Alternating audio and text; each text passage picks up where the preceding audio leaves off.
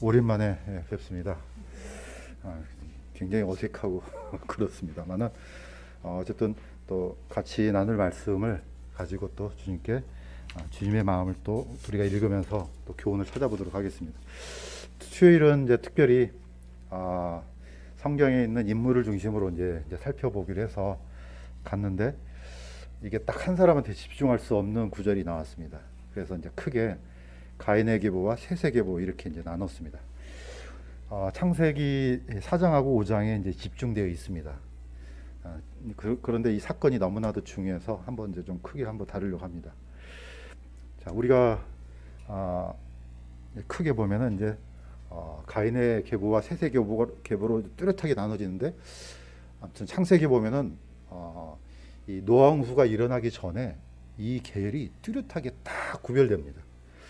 그러니까 어떻게 보면은 이 시대에 우리가 아주 먼 얘기가 아니고 우리 지금 현재 이 시대에 우리가 그 신앙을 또 우리의 믿음을 또는 우리의 방향을 어디에 둬야 되는지 이 안에서도 분명한 어떤 교훈을 찾아낼 수가 있습니다. 두 계보가 뚜렷한데 가인의 계보는 분명하게 땅에다가 소망을 둔 사람들의 계보로 딱 나눠집니다.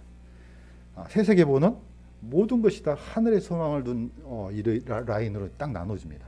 그래서 이제 두 라인을 한번 이제 쫓아가 보도록 하겠습니다. 특별히 이제 창세기 4장하고 5장을 읽을 때 굉장히 이제 우리한테 좀 난감한 부분을 좀 가져다 준 게 뭐냐면은 가인의 계보 쪽에서는 사람의 수명이 나와 있지 않습니다. 그런데 셋의 계보는 아예 수명이 뚜렷하게 나와 있습니다. 그런데 수명이 보통 뭐 우리가 70, 80 이게 아니고 무두셀라 같은 경우는 969세를 살았던 가장 성경에서 오래된 수명을 가진 사람으로 나옵니다. 자, 이런 성경 때문에 성경이 이게 진짜 맞는 건가 이런 의심을 옛날에는 많이 가졌었습니다. 자, 그런데 이제 지금에 와서는 이게 환경이 노아 홍수로 인해서 환경이 급변하게 되었다 이런 쪽으로 수준을 맞추니까 지금으로서는 그게 큰 문제는 아닙니다. 자, 그런데 이제 가인 쪽으로 한번 쫓아가서 먼저 한번 살펴보도록 하겠습니다. 사실 가인의 특징을 이제 꼽으라 그런다면은 여러 가지가 있었죠. 최초로 형제를 살해한 사람, 살인자라는 이 타이틀을 이제 가인이 갖게 됩니다. 그러니까 보통 다른 사람을 죽인 것이 아니고 자기 동생을 죽이잖아요. 그러니까 이거는 엄청난 사건이죠. 또 보통 사람들도 이해하기 힘든 다른 뭐 죽일 만한 그런 근거가 있는 게 아니고 자기가 하나님께 드렸던 예물이 받아들이지 않으니까 갑자기 분노를 이제 아벨한테다 쏟아부었던 아주 전혀 이해할 수 없는 황당무계한 그런 어떤 분노의 근원으로 원인을 가지고 이제 이렇게 살해하게 됩니다. 자, 또 한 가지는 이제 특징이 최초로 성을 건축한 사람 이렇게 이제 뽑을 수가 있습니다. 자, 그런데 이미 이제 지난번 시간에 이제 다뤘지만은 가인이 동쪽으로 이동해서 이제 성을 쌓는데 여기 이렇게 돼 있습니다. 자, 가인의 아내가 이제 수태하여 에녹을 낳으매 가인이 한 도시를 세우고 자기 아들의 이름을 따라 그 도시 이름을 에녹이라 부르니라 이렇게 됐습니다. 자, 그런데 이 에녹은 나중에 또 누가 또 에녹입니까? 무두셀라의 아버지의 이름도 에녹입니다. 여기는 가인의 아들의 이름도 에녹입니다. 그러니까 에녹이라는 이름이 두 양쪽에 다 씁니다. 그러니까 성경 읽다 보면은 에녹이 또 나오니까 이런 게 이제 헷갈립니다. 그래서 그러니까 지금 많은 이름이 안 나오니까 어렵지 않지만은 지나가면은 막 이 사람이 나왔다 저 사람이 나오고 막 홍길동처럼 막 이쪽에 나왔다 저쪽에 나왔다 이런 게 굉장히 많습니다. 잘 분별할 필요가 있습니다. 자, 우리가 포인트를 맞추는 것은 가인이 어찌해서 최초로 성을 쌓았는지 이제 여기에 초점을 맞추도록 하겠습니다. 자, 보시는 그림처럼 여기 있는 그림은 여리고성입니다. 보통 사람이 성을 쌓는다 했을 때 성은 주로 방어용입니다. 어디를 공격하는데 도시가 성을 쌓지는 않잖아요. 그래서 이제 로마는 특히 이제 지중해를 제패한 이 로마 제국은 성이 없는 곳으로도 유명합니다. 왜냐하면 밖에 나가서 이제 뭡니까 정복의 도시이기 때문에. 그런데 주로 방어하는 도시는 그렇게 크지가 않습니다.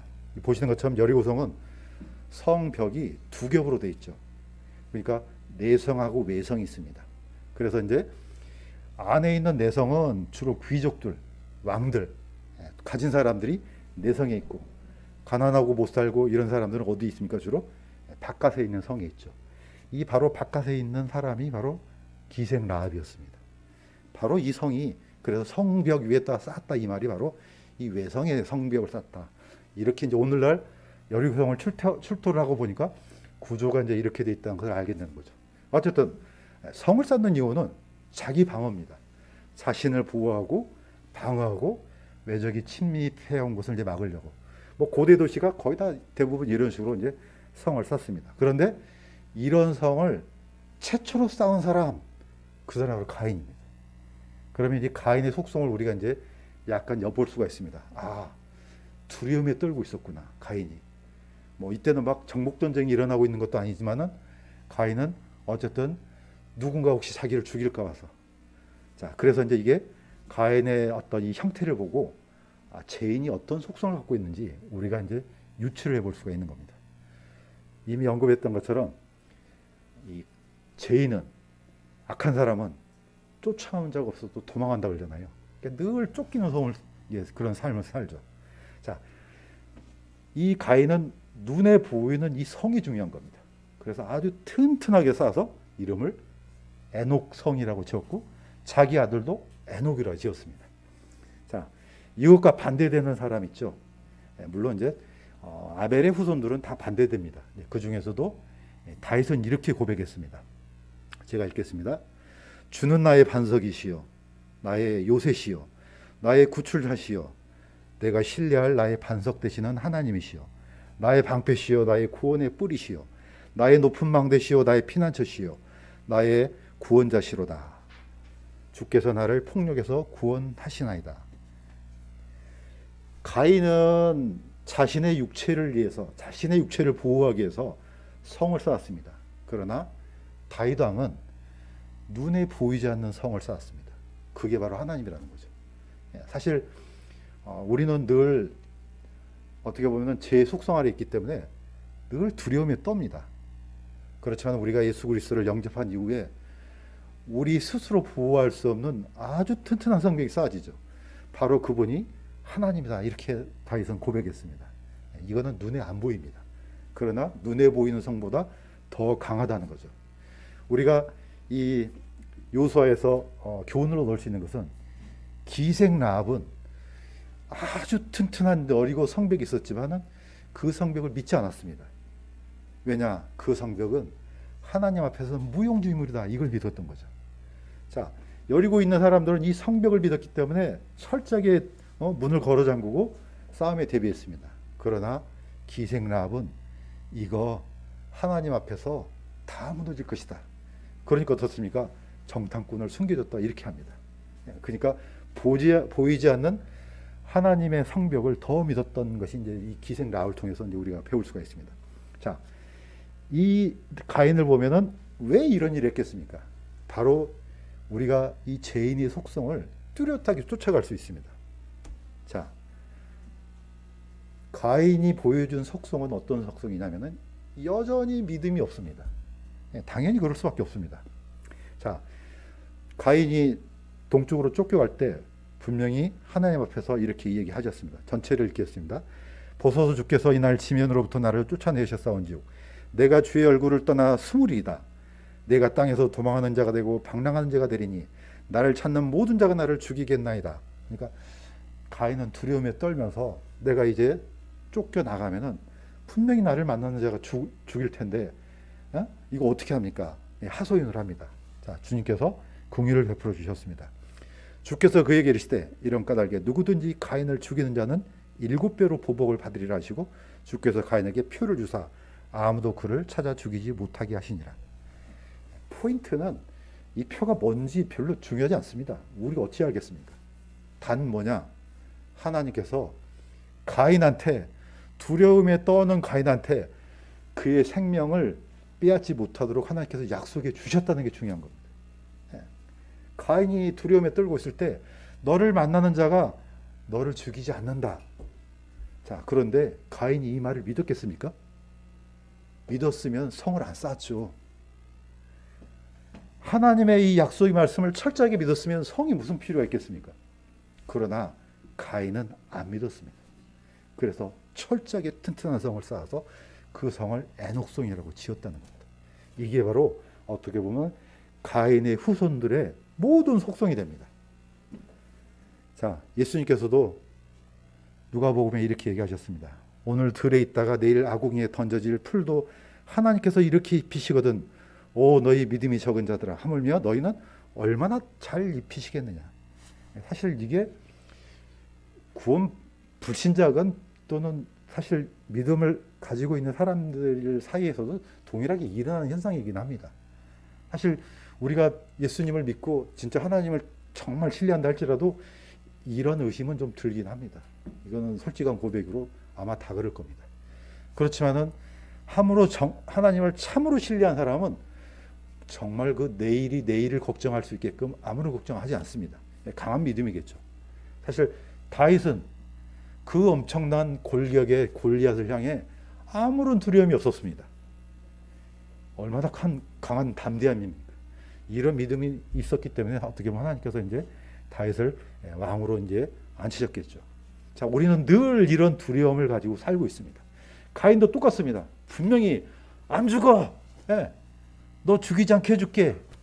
그랬음에도 불구하고 그게 안 믿어지는 거예요. 이미 아벨하고 가인은 처음부터 그런 속성으로 벌어집니다. 아벨은 믿음으로 가장 자기가 최고의 좋은 양을 드렸잖아요. 믿음으로 드렸어요. 가인은 아닙니다. 여전히 믿음은 가인은 믿지 않는 사람의 라인을 이제 들어갑니다.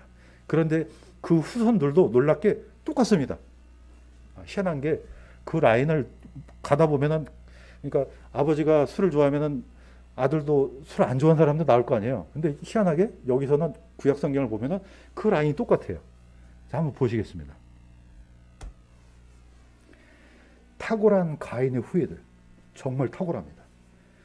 자, 이 라인을 다 외울 수는 없지만 근데 8세대밖에 안 나옵니다. 제가 읽어보겠습니다.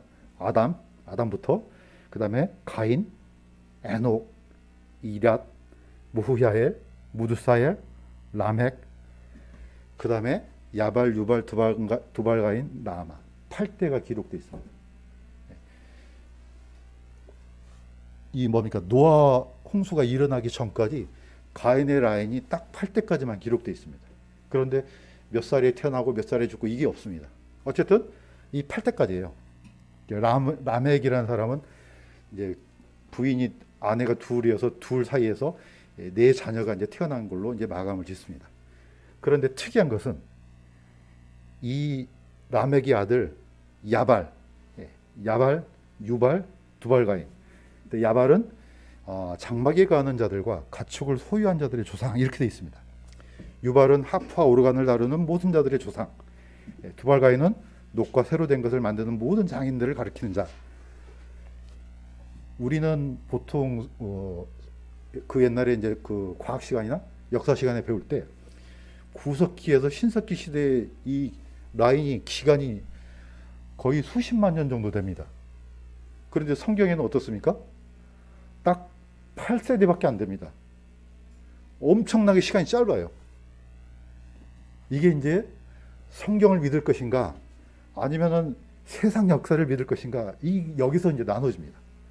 우리는 보통 어마어마한 시간 동안에 거쳐갖고 사람이 만들어져서 생각하잖아요.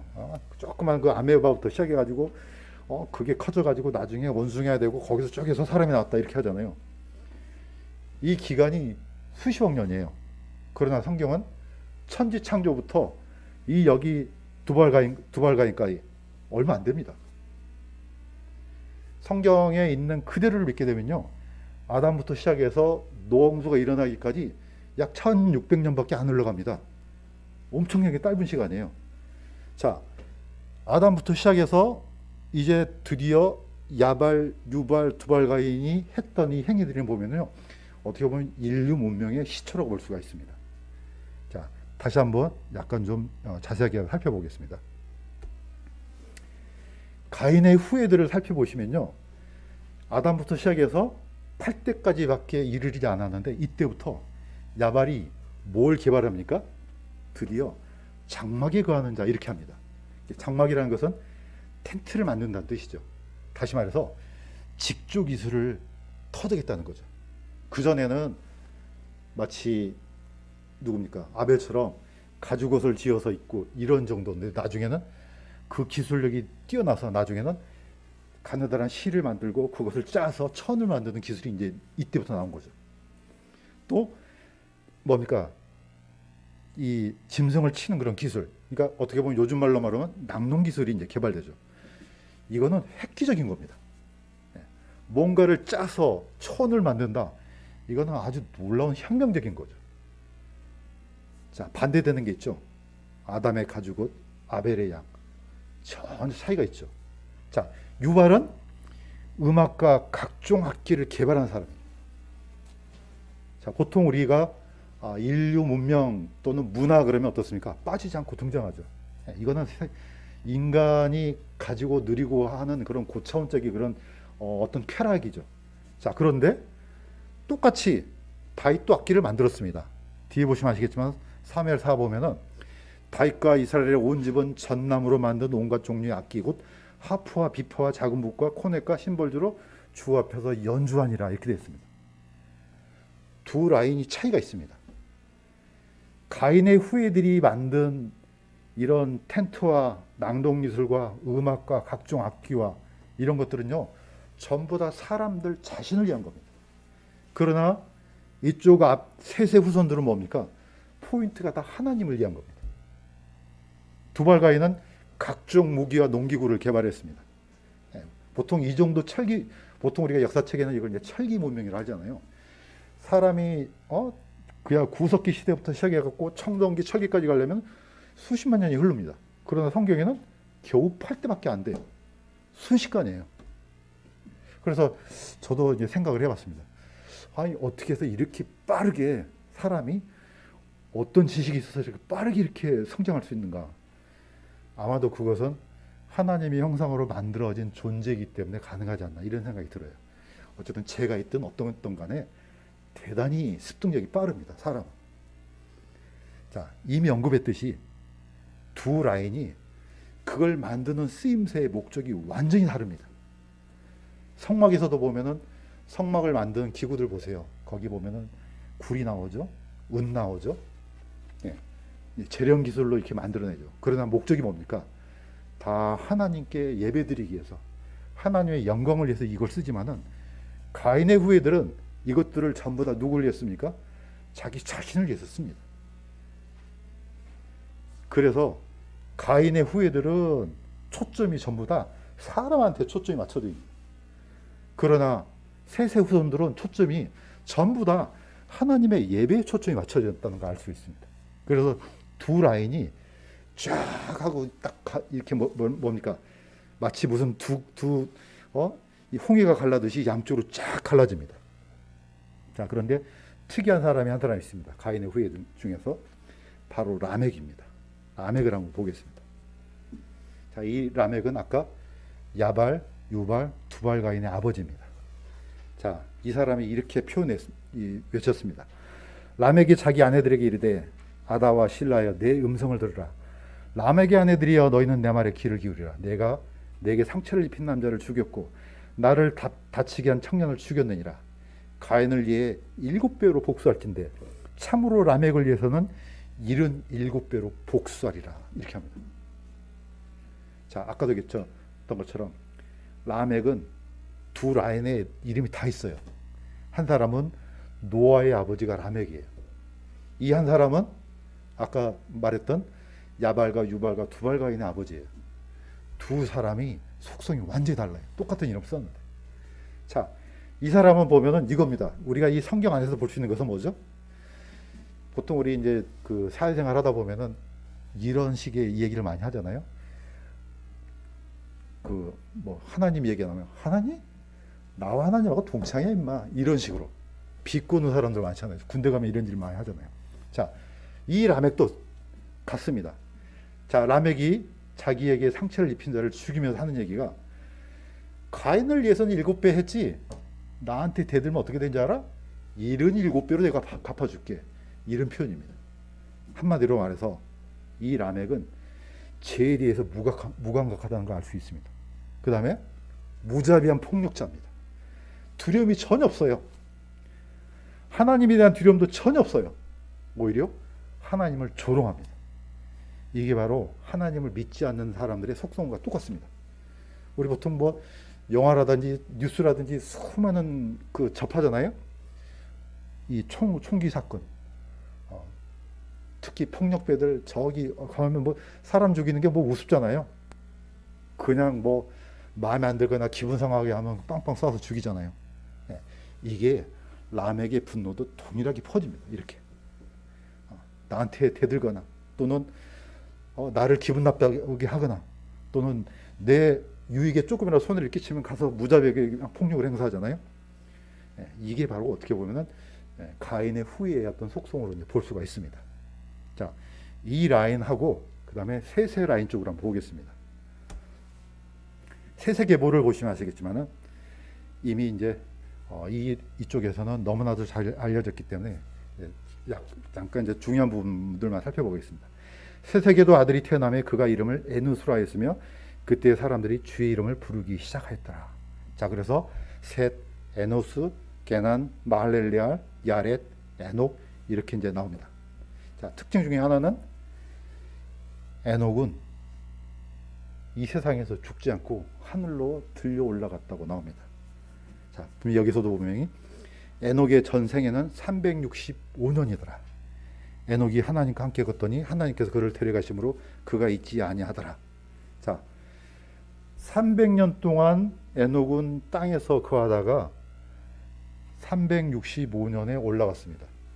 그러니까 무슨 말이냐면은 무두셀라를 65세에 낳았다는 겁니다. 무두셀라를 65세에 낳았고 데려갈 때까지 하나님과 늘 동행했다고 이렇게 나옵니다.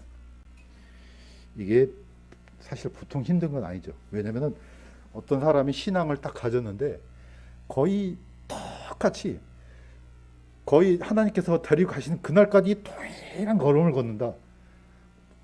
옛날에 한번 말씀드렸잖아요. 소걸음. 소는요 뛰지 않아요. 말처럼 걸어요. 그렇지만 보폭이 일정해요. 아주 일정해요. 자, 일단은 에노스부터 한번 보겠습니다. 자, 에노스 시대에 아담이 아들을 낳아 그의 이름을 셋이라 했으니 이는 그녀가 이르기를 가인 죽인 아벨 대신 하나님께서 내게 다른 씨를 정해 주셨다 했기 때문에 셋에게도 아들이 태어나며 그가 그의 이름을 에노스라 하였으며 그때 사람들이 주의 이름을 부르기 시작했더라. 사실 주의 이름을 부른다는 것은 단순히 하나님 이 정도가 아닙니다. 사실 이 히브리어로 부른다는 의미는 굉장히 범위가 넓습니다. 자, 이 부른다는 이 의미 안에 사람의 이름뿐만 아니고 선포하다, 선언하다 이런 의미도 들어 있습니다. 그러니까 바로 이사야 12장 4절 6절 말씀이 딱 들어맞습니다. 제가 읽겠습니다. 주를 찬양하라. 그분의 이름을 부르라. 그분께서 행하신 일들을 백성 가운데 살키 알리리라. 그분의 이름이 높여졌음을 언급하라. 주께서 뛰어난 일들을 행하셨으므로 그분께 노래하라. 이것이 온 땅에 알려졌느니라. 시온의 거줌이나 너는 소리 높여 외치라. 내 한가운데 계신 이스라엘의 거룩한 이시는 위대하시도다. 이게 부른다는 뜻입니다. 다시 말해서 성경에서는 부른다 했지만은 이때 약간 구체적인 경배의 모습을 갖춰갔다. 이렇게 우리가 이해해도 큰 무리가 없습니다. 이스라엘은 하나님의 이름을 단순히 부른 게 아니죠. 하나님의 이름을 높이기 위해서. 오늘 우리 찬양 드리잖아요. 찬양을 통해서 하나님께 높이는 거고, 기도를 통해서 높이고, 소리 높여서 하나님을 우리가 이제 경배하는 겁니다. 이게 이제 부른다는 뜻입니다. 근데 이때 언제부터 그랬느냐? 바로 셋의 아들 에노스부터 이렇게 됐다. 이렇게 나옵니다. 물론 당연히 아담도 그랬을 것이고 아벨도 불렀을 것이고 다 불렀을 것입니다. 그런데 에노스 시대 때 사람들이 주의 이름을 부르기 시작했다. 이 말은 약간 그런 경배 형태가 깊어졌구나 이렇게 이해하는 것도 좋습니다. 이게 바로 셋의 라인입니다. 이미 언급했듯이 사실 오늘은 포인트를 에녹에다 맞추려고 했는데 사람들이 너무 여기만 하면은 그 잃어버릴까 봐서 이 라인으로 집어넣습니다. 자, 다시 한번 읽겠습니다. 에녹은 무두셀라를 낳은 뒤 300년 동안 하나님과 함께 걸으며, 300년 동안. 사실 우리가 예수 그리스도를 영접한 이후, 물론 어떤 분들은 평생에 주님과 동행하는 사람도 있지만은 많은 우여곡절이 있을 겁니다. 어떤 사람은 정말 오늘 목숨이라도 내놓을 것처럼 보이는데 또 내일 가면은 언제 그랬냐는 식으로 떨어질 때가, 다윗도 똑같습니다. 그 위대한 다윗 왕도 나중에 어떻습니까? 죄를 짓기도 하잖아요. 그런데 우리가 하나님께서 에녹을 데려가실 정도 되면은 이분은 통일했다는 겁니다. 300년 동안 단 한 분도 하나님의 뜻에 어긋남 없이 그대로 하나님과 같이 동행했다. 그러니까 이분을 데려가지 않아 생각 들어요. 자, 독특한 것은 이 에녹은 지금까지 살아 있습니다. 죽었다는 얘기가 없어요. 어떻게 보면 굉장히 신비한 존재 아닙니까? 자, 그러면서 히브리서 11장 5절에 다시 한번 얘기합니다. 믿음으로 에녹은 옮겨져서 죽음을 보지 아니하였으니 하나님께서 그를 옮기셨으므로 그를 찾지 못하였느니라. 그는 옮겨지기 전에 하나님을 기쁘시게 하였다는 이 증언을 가졌느니라. 에녹은 하나님을 기쁘시게 하는 대표적인 존재입니다. 자, 그러면서 유다서에 이렇게 되어 있습니다. 아담으로부터 7째 사람 에녹도 이들에 관해 대언하여 이르되 보라, 주께서 자신의 수많은 성도와 함께 오시나니 이것은 모든 사람에게 심판을 집행하사 그들 가운데 경건치 아니한 모든 자들이 경건치 아니하게 범한 모든 경건치 아니한 행위와 또 경건치 아니한 죄인들이 그분을 대적하여 말한 모든 거친 발언에 대하여 그들을 정죄하려 하심이라. 자, 지난 시간에 우리 전도사님 한번 얘기했잖아요. 이 에녹이 대언했습니다. 어떻게 대언했느냐? 나중에 주께서 오실 때 자신의 수많은 성도들과 함께 오신다. 이거 이제 부활할 때 오시는 거죠. 물론 천군 천사들과 함께도 오지만은 저는 부활한 성도들과 함께 온다고 이렇게 믿습니다. 자, 그런데 이걸 대언한 사람이 에녹이라는 거죠. 왜냐? 에녹은 노아홍수 이전에 유일하게 살아있는 사람입니다. 그야말로 가장 강력한 증언자예요. 두 사람 있죠? 아직까지 살아있는 사람. 에녹과 엘리야입니다. 두 사람은 나눠집니다. 한 사람은 에녹은 홍수 전의 사람이에요. 엘리야는 홍수 이후 사람입니다. 에녹은 율법 전의 사람이에요. 엘리야는 율법 이후 사람이에요. 에녹은 이스라엘 밖에 전 사람이에요. 엘리야는 이스라엘 안 사람이에요. 두 사람이 뚜렷하게 딱 나눠집니다. 그래서 저는 믿기로는 계시록에 두 증인이 에녹과 엘리야가 되어야 된다고 생각돼요. 왜냐? 이 두 사람도 죽어야 되거든요. 왜냐하면 아담이 우선이에요. 단지 이 두 사람을 살려둔 이유가 뭡니까? 심판에 대해서 증거해야 됩니다. 에녹은 왜 하나님께서 심판하시는지 그걸 증거해야 돼요. 첫 번째, 하나님께서 왜 물심판을 내렸느냐? 자, 라멕이 아까 얘기했죠. 야, 하나님이 가인한테 7배로 보고한다 그랬지? 나는 말이야 77배야. 이거는요, 하나님을 모독하는 발언이에요. 이거는 하나님이 심판자냐? 그럼 나는 더 큰 심판자야, 이겁니다. 이런 모든 거친 발언들, 우리는 보통 뭐 얘기하면은 한번 뱉고 지나가잖아요. 내가 무슨 얘기 하는지도 몰라요. 보통 이제 믿지 않는 사람들은 아주 사소하게 생각합니다. 하나님을 조롱하는 것이. 그러나 하나님은 세미한 심판자입니다. 그 어떤 조롱도 그냥 넘기지 않습니다. 그래서 하나님의 이름을 망령되이 부르지 말라는 겁니다. 그 어떤 조롱도 하나님의 속성 앞에서는 안 됩니다. 못 피해갑니다. 왜냐? 하나님은 창조주요 거룩한 하나님이세요. 그러니까 자기 그냥 내키는 대로 농담식으로 했던 이 모든 것들, 우리가 들었던 수많은 조롱들, 우리는 한쪽 귀로 이렇게 갔다 이렇게 빠져나갈 수 있죠. 하나님의 귀는 못 피합니다. 자, 이것을 에녹이 그렇게 증언할 수 있다는 겁니다. 왜 이런 심판을 받아야 되지? 에녹은 증언할 수 있습니다. 자, 이제 마지막 노아의 아버지 라멕을 보겠습니다. 아까 라멕 헷갈리죠? 이 라멕은 가인의 라멕이고 이분은 노아의 아버지예요. 자, 라멕은 아들을 낳고 그의 이름을 노아라 부르며 이르되 주께서 저주하신 땅으로 인해 우리가 행하는 일과 우리 손의 수고에 대해서 바로 이 아들이 우리를 위로하리라. 자, 노아는 500세에 셈과 함과 야벳을 낳았더라. 이렇게 되어 있습니다. 자, 라멕은 이렇게 외쳤어요. 우리가 행하는 일과 우리 손의 수고에 대해서 이 아들이 위로하리라. 사실 이 안에는 굉장히 중요한 메시지가 숨어 있죠. 뭡니까? 노아의 아버지 라멕은 우리 죄악으로 인한 열매를 자백한 겁니다. 우리가 이렇게 고통스럽게 사는 거, 이거는 아담을 통해서 받은 우리의 죄 때문입니다. 그렇지만은 이 아들이 우리를 위로할 것입니다. 사실 노아의 가족이 살아남는다는 뜻입니다.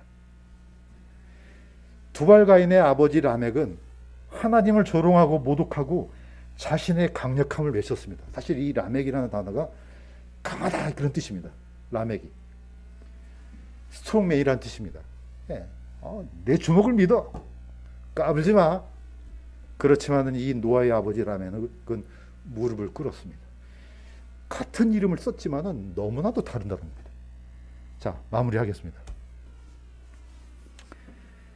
예수님께서 이 노아홍수 전의 얘기를 그대로 가져오십니다. 다시 한번 제가 읽겠습니다. 오직 노아의 날들과 같이 사람의 아들이 오는 것도 그러하리라. 홍수 이전 시대에 노아가 방주로 들어가던 날까지 그들이 먹고 마시고 장가가고 시집가고 하면서 홍수가 나서 그들을 다 쓸어버릴 때까지 알지 못하였나니 사람의 아들이 오는 것도 그러하리라. 전설 따라 삼천리에 나오는 얘기가 아니에요. 예수님도 그대로 이 말씀을 썼습니다. 내가 올 때도 노아 시대가 똑같다 이겁니다. 우리가 굉장히 가슴 아프게 생각하는 것은 뭐냐면은 이 가인의 후손들은 그렇다 쳐요. 그러면 셋의 후손들은 어떻게 합니까? 셋의 후손들이, 저는 노아 방주 안에 들어있던 사람이 딱 8명밖에 안 들어갔다는 것이 굉장히 쇼킹한 저는 사실이라고 봐요. 자, 가인의 후손들은 당연히 그냥 어차피 라인이 그러니까 팽개쳐줘요. 그렇지만은 이 셋의 후손들 얼마나 많이 살았겠어요. 성경 학자들마다 약간 다른데 노아 시대의 어떤 인구 비율로 따지면 거의 10억 명 가까이 됐다 그래요. 10억 명 안팎 정도. 많은 사람들이 같이 있었을 거 아니겠습니까? 그런데 셋의 라인도 다 없어집니다. 딱 몇 명이요? 8명밖에 못 들어갑니다. 이 말은 가인의 후손들이 만들어낸 문명의 이기가 셋의 후손까지 집어삼켰다는 겁니다. 예수님께서 이렇게 얘기하셨습니다. 사람의 아들이 올 때, 인자가 올 때 땅에서 믿음을 보겠느냐? 예수님께서는 이렇게 얘기하셨어요. 그 말은 무슨 말이겠습니까? 많지 않다는 뜻입니다. 많으면 이런 얘기를 안 하시겠죠. 물론 우리 주변에 많지요. 많이 있습니다. 그렇지만 비율로 따지면 그렇다는 거죠. 많은 사람들이 집어삼킨 바 된다는 거죠. 우리 어제 이제 교제 나누면서 얘기했지만은 밭이 있는데 밭에다가 알고 뿌리잖아요. 가만 놔둬 보세요. 그러면요, 잡초는 뿌리지 않아도 거기 와서 자라요. 온 논을 밭을 다 덮어버려요. 그래서 우리의 마음이 그렇다는 겁니다. 우리의 마음이 예수님 믿고 나서 가만 놔두면은 그냥 알아서 이렇게 정결하게 되고 신앙이 성장하지 절대로 안 그렇다는 겁니다. 가만 놔두잖아요. 그러면 반드시 잡초가 날라와서 그 마음밭을 다 망쳐버립니다. 저는 이 노아 홍수 사건을 통해서 보니까 그렇게 했구나. 그 많은 셋의 후손 자손들이 있었을지라도 전부 다 집어삼킵니다. 나중에 몇 명요? 8명밖에 안 남아요. 다 죽고. 자, 그런데 이 노아 홍수 이전에는 이스라엘도 없고 율법도 없습니다. 그렇지만은 여전히 같은 얘기를 합니다. 반복합니다. 뭐라고 하느냐? 믿음으로 아벨은, 믿음으로 에녹은, 믿음으로 노아는, 반복합니다. 믿음이 없이는 하나님을 기쁘시게 하지 못하나니 그분께 가는 자는 반드시 그분께서 계시는 것과 또 그분께서 부지런히 자신을 찾는 자들에게 보상해 주시는 분임을 믿어야 하느니라. 노아 홍수 전에도 믿음으로 구원받습니다. 이후로도 믿음으로 받습니다. 율법 아래에 있는 이스라엘 백성들도 믿음으로 받습니다. 그 어떤 시대도 구원은 믿음으로 받습니다. 여기서 벗어나잖아요. 큰일 납니다. 큰일 나. 그래서 우리가 이 노아 홍수 사건 그 이전까지만 봐도 두 라인이 쪼개지는 것을 보지만은 쉽게 넘어가는구나. 우리 전도사님이 지난 시간에 강조했던 것처럼 사실 우리가 가지고 있는 이 신앙, 우리는 같이 있으니까 많은 사람이 있는 것 같잖아요. 거의 어떻게 보면은 거의 적은 무리라 저는 믿습니다. 그렇게 많지 않다고 봅니다. 왜냐? 가인의 후손들은 땅에 소망을 두고 땅의 왕국에다가 그 땅 안에 자신들이 기대하는 왕국을 만들려고 하고 모든 게 인간적으로 집중이 되잖아요. 그러면 제 본성을 갖고 있는 사람들은 어디에 소망을 두겠습니까? 당연히 여기에 관심이 될 수밖에 없습니다. 그러나 셋의 후손 중에 결국은 이제 노아의 식구들밖에 안 남았죠. 이분들은 하늘의 소망을 두고 하늘의 왕국에 소망을 두고 철저하게 예배에 집중했습니다. 그나마 그래도 8명 남았지 않습니까? 그래서 우리는 예수님 오실 때 우리가 몇 명 구원받을지는 알 수가 없습니다. 그러나 적은 무리일 수밖에 없다는 것은 분명한 사실이라고 저는 믿습니다. 비록 우리가 적은 무리에 속할지라도 하나님께서 기뻐하시는, 하나님을 기쁘시게 하는 그 믿음의 사람의 이 그룹 안에 들어있다는 것, 또는 들어야 된다는 것, 또는 그러한 목적과 방향과 가치를 가지고 산다면은 하나님께서 더 많은 복으로 채워주실 줄로 믿습니다. 분명 우리 교회는 그런 하나님의 복이 임하는 교회라고 믿습니다. 기도하겠습니다. 하나님